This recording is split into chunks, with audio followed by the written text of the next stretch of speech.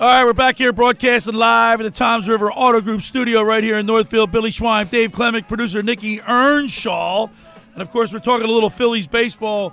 And during the baseball season, we get an opportunity to go on the mound with former Phillies pitcher Tommy Greene, sponsored by Blitz's Market of Ocean City, located at 21st and Asbury Avenue. Try their famous breakfast sandwiches, hoagies, gourmet burgers, and vegetarian options. Online ordering is available at blitzesmarkets.com or give them a call at 609-399-9983. Start your day off with Blitz's freshly squeezed orange juice. Mention the locker room and get $1 off their 12 ounces of liquid sunshine. That's Blitz's Markets in Ocean City. Go down there and say hello to Dave and Joe Newman. Let's go to the Toms River Volkswagen Sports Hotline and welcome into the locker room our good buddy, former Phillies pitcher Tommy Greene. Good morning, T.D. Greene. Good morning, Billy. How you doing, my friend? I got to be honest with you. I'm looking forward to speaking with you. It's like therapy for me because you calm me down. But Tommy, what is it with the Phillies? Like one day they'll beat somebody 10-3, the next day they lose 10-3. Like they don't like. I don't know. It's very frustrating. I had to turn the game off. I got so pissed off. Well, I mean that kind of stuff happens, man. But bottom line, I look at the last time since we talked, and basically. For the week Sunday today, we're 3-2 for the week. I'll take that. We're still up. We won 3 out of 5 games. We're still making progress. So, I mean, that's the way. Is it like we want it? I want every pitcher to go out there. We don't give up but 1 run a game, and we score 8. Yeah. We'd like that, but that's not going to happen. All right. What about Tom? Are you worried about Tommy? Are you worried about Aaron Nola? I mean, against the Mets, No. He in the last 3 seasons against the Mets, he's had 8 starts. His record is 1-6 with a 4.25 ERA. He's allowed in 48 innings. He's given up 7 home runs against the Mets. What is it about with Aaron Nola and the Mets? He can't beat the Mets. Well, you have those teams. I mean, they kind of own you a little bit. It's not that a 4.25 is bad. Just right. Last night. I mean, when you give up and you make a mistake, like he'll tell you, you left 2 balls, I mean, like center cut, hanging breaking balls that it got smoked. And with men on base, he gave up 2 3-run homers. That was his mistake. He made 2 mistakes in the game, and it killed him. He was struggling. I think he threw like 20-some pitches in the first inning. He wasn't hitting his spots. As a pitcher, Tommy, when you come out and you're not feeling it and you're laboring through, does that play on you mentally? I guess you're not. No, not really, Billy. I mean, it's you go out there and you expect to feel the same way every time you go out there. You're lying to yourself and you're lying to everybody else. Right. It's not how good you are when you're at your best. It's how good you are when you're not. Oh, that's good. Can you survive? Can you keep your team in the ball game and give them a chance to win? Type thing. That's what we as pitchers, especially starters, want to do. And we get a chance to, I can't tell you how many times I give up 2 or 3 runs in the first 2 innings and pitch 7 innings and don't give up anything else. Right. You keep your team right there. You kind of get better as you go. You kind of figure out ways what's working, what's not. And that kind of stuff happens. But it seems like Aaron has a little tendency. Like it didn't happen last night to the 5th inning, and then the doors come off. It's just, it's hard to explain stuff like that. But some teams seem to have your number. So Tommy, do you think Aaron Nola is aware of his record against the Mets, and that was in the back of his mind, or you think he just wipes that clean? Well, I don't think he cares about the record. I just think he knows how he tends to fare. How these guys kind of give him trouble, and they tend to capitalize on his mistakes, because you're going to make mistakes in the course of a ball game.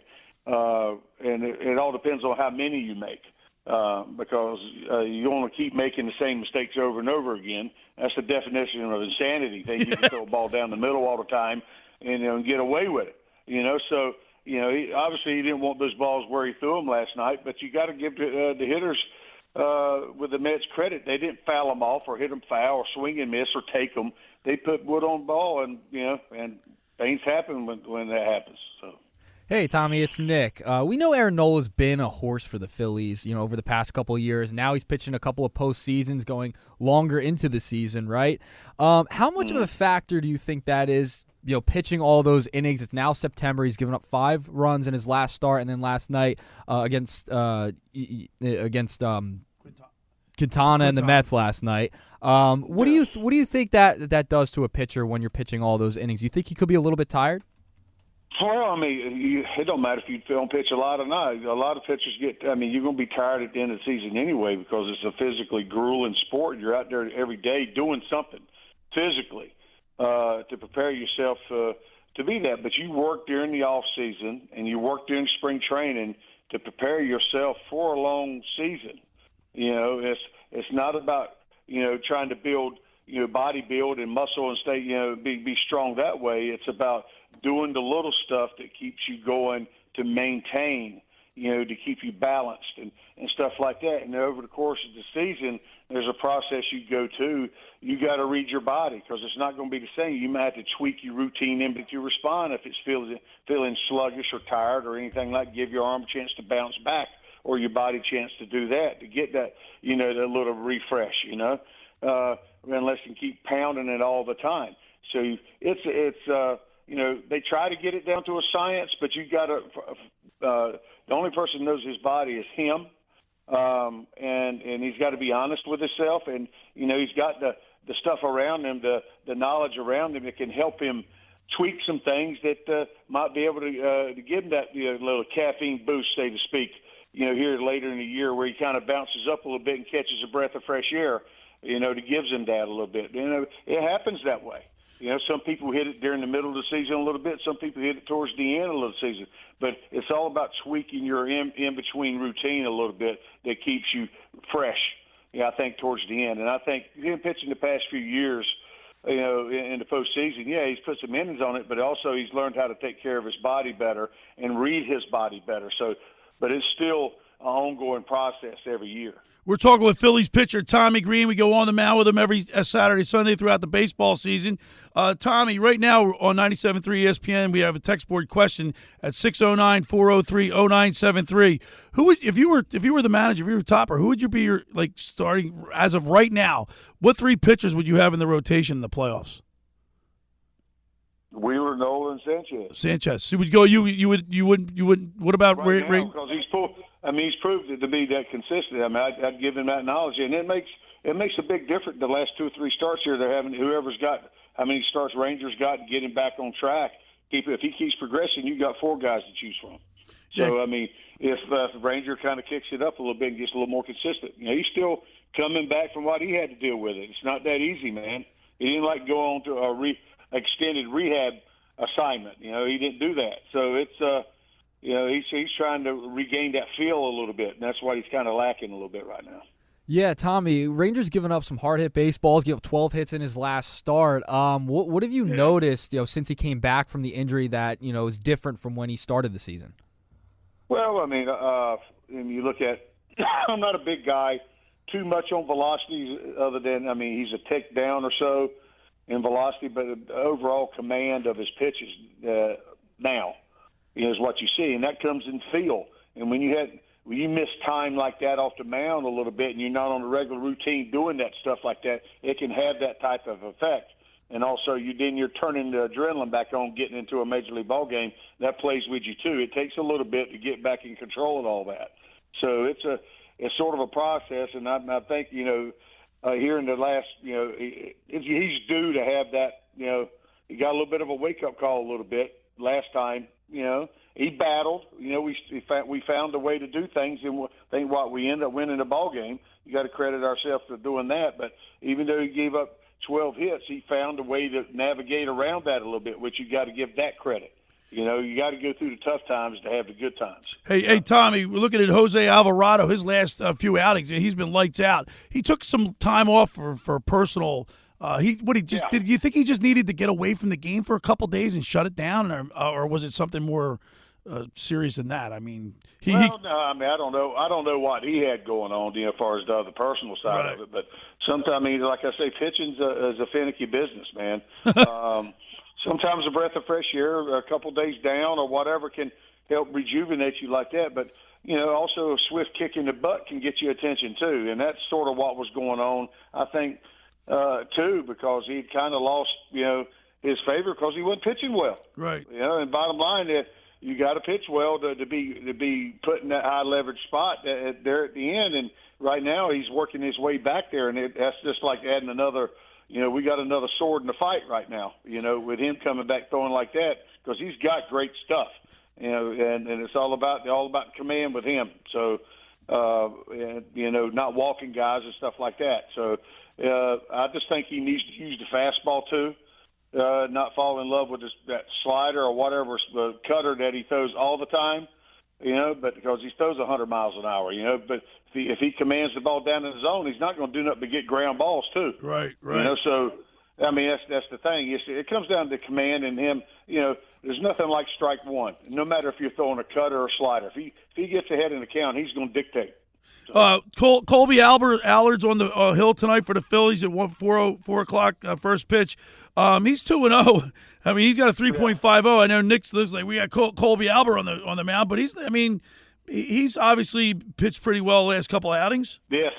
You quietly come in and the next man up mentality, which we've had to have this year because we've had some injuries and stuff that's happened, and people and the guy stepped up and quietly done his job and kept us in ball games. All we could ask him to do, gives us a chance to win.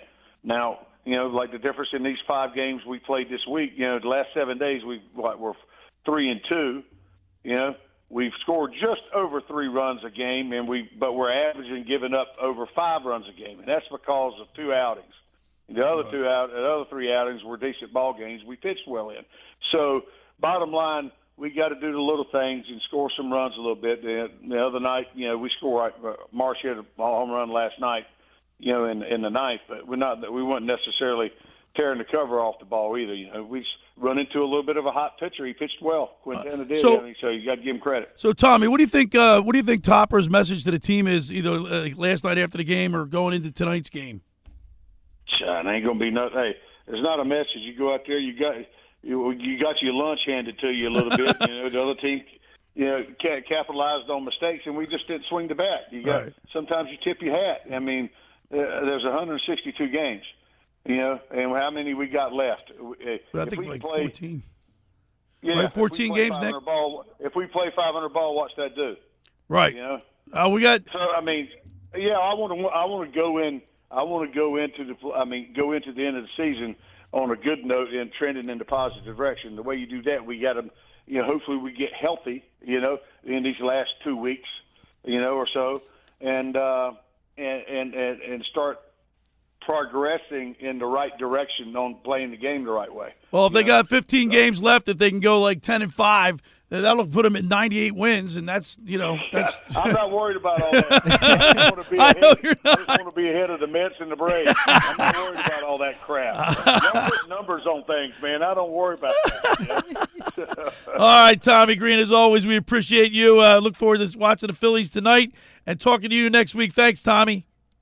You got it, pal. All right, there we go. On the mound with former Phillies pitcher Tommy Greene, sponsored by Blitz's Market of Ocean City, located at 21st and Asbury Avenue. Try their famous breakfast sandwiches, hoagies, gourmet burgers, vegetarian options.